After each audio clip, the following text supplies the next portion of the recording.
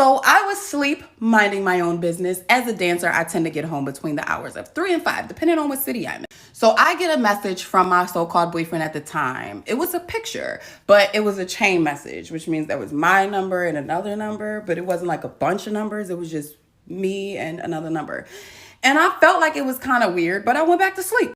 My dreams would not tolerate my mental capacity to overthink. Libra.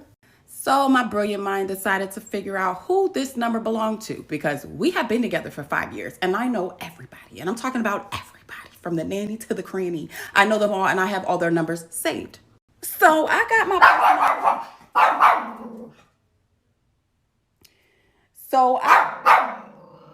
So I called the number and I calmly asked, "Who's this?" And I got a response something like this. "Oh, this is Tiffany. Who's this?" So in my mind, like, Tiffany, okay. And I'm like, "Do you know, um, let's call him Victor?"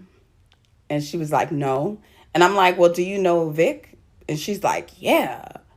So right away in my mind, I'm like, "You ain't even got his government name. How serious could this really be?" But let's get some more information. So I asked her and I'm like, "Oh, so like, are y'all friends?" And she's like, "No, we've actually been dating for 2 years now." 2 years? So I made my way to the living room, which is where he was, and I asked him. And of course, he said she was lying.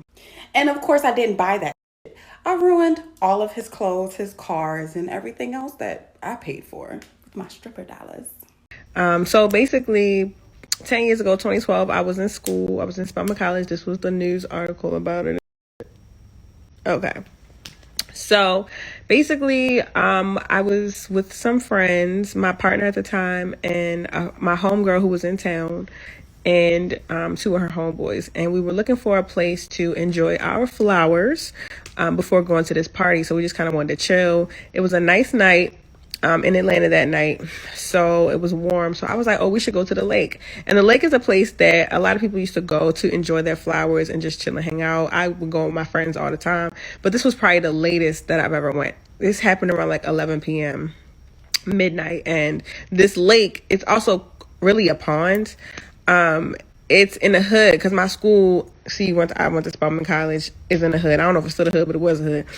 And so, honestly, it's wild because we tried so hard to find some flowers and we just couldn't find any. Like all the people I knew that I would normally get it from, they just were out. It was like so much work to even get to the lake, this is what taught me to trust my intuition. And when things are too hard, sometimes you just need to you need to give up. So anyway, we finally got some flowers. Well, I did. After all this work, we're there. It's 5 of us total. We're chilling. I'm with my boo. I'm talking to my boo, and I'll never forget. I see these 2 guys walking past, and they were holding hands. And I said to my boo at the time, I was like, "Oh, this must be where the LGBT comes," because we were queer couple. I was like, "Oh, the LGBTs are out tonight." Next thing I know, I hear everybody effing strip. Everybody strip. And then there's just these big guns just pointed at all of us. And so obviously we're like, okay, so we're taking off like our little stuff that we have, giving our phones and, earrings and necklaces and stuff. We didn't really have. We were in college. And so it was 2 guys, so they were kind of stripped down into their boxers and like a t-shirt, like their undershirts. And then my partner was stripped down into their boxers and like a t-shirt. My homegirl was in a bra and panties, and I was in a bra and panties. So because the 2 guys, one of them was kind of like the follower and one of them was a leader.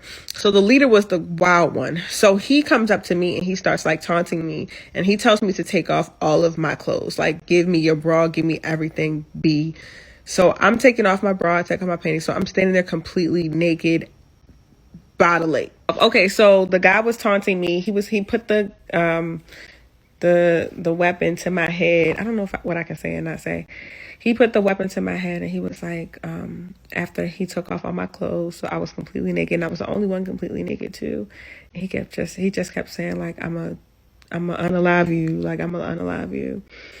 And so then he basically made me like touch myself sexually while the gun was to my head. Like He would kind of move it like from my head to like my face to like my chest. And then like he started fiddling with his pants, but he never did anything. Like he actually never physically touched me. He just like made me do that to myself. And then when he was done, I guess one of my friends was, who I told this later, was like he was probably trying to get hard and he couldn't, so he just like did whatever. And I was like, oh yeah, that probably is what happened. So no one ever physically touched me. So they took all our stuff and then they were like, jump in the effing lake, jump in the effing lake. And I'm like, jump in the lake?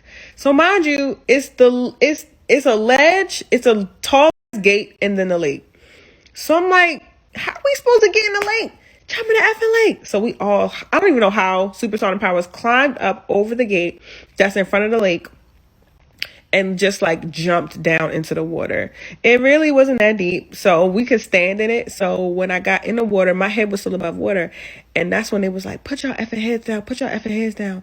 I'll never forget, I looked at my partner at the time, I was like, it's dirty, I'm not getting my head wet with this water. They said, do. They shot maybe like 2 or 3 times. Y'all know I said, bloop.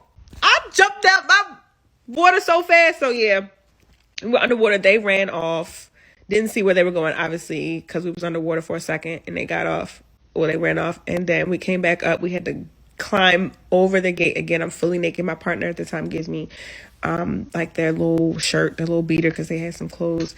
And then the lake is by a apartment complex, so like I just hauled my behind to that apartment complex and ran into a person who did not help me, because I'm sure I looked wild. The pond water, this is a hood pond, I looked wild and dirty and disgusting. But we saw the security and I was like, please help me. And then we all got in the security call. They called the car, they called the police, and that was it. That was the story. It's so weird to think about it, because it don't even feel like that happened to me, because it was so wild. Real quick, back when I was buying an experiment, I encountered my first straight guy that enjoyed backdoor activities. Him liking it wasn't confusion, but the way that he brought it into demon time was slightly confusing, because you don't just spring shit up like that on nobody. So I was tugging on his member, and I had a bullet toy right next to me to use on me. And he was like, go ahead and use it. And I was like, okay. So I grabbed it to use on me. And he was like, on me. And I was like, what? Where exactly you want me to use this on you? He was like, you know. And I was like, no, I don't. I need you to use your words, because we need to have a clear understanding. And he was like, this entrance, the back one. I was like, So then he was like, and can you also do some mouth activities on my chest area? And I was like, at the same time, he was like, yeah. I was like, I was contemplating whether or not I was comfortable with any of this. So I said, hey, I don't think I'm comfortable with this. He was like, well, don't knock it unless you try it. So the Libra in me was like, he got a point. So I tried it. So I can't say that I didn't enjoy it, but I can't say that I did at the same time. I was confused, because it was like being with a female that was more of the flatter side at the top, until I looked at him playing with his member, and then I was like, okay, I don't know. So then he took my hand and switched it to the member, and he went to the back entrance. And then 2 seconds within that, he was like, you want to upgrade to something much larger? And I was like, nope, not comfortable, not ready for that yet. Again, that was at the time. After that experience, I realized what type of open-minded individual I really was. I don't know if that's a good thing or a bad thing, but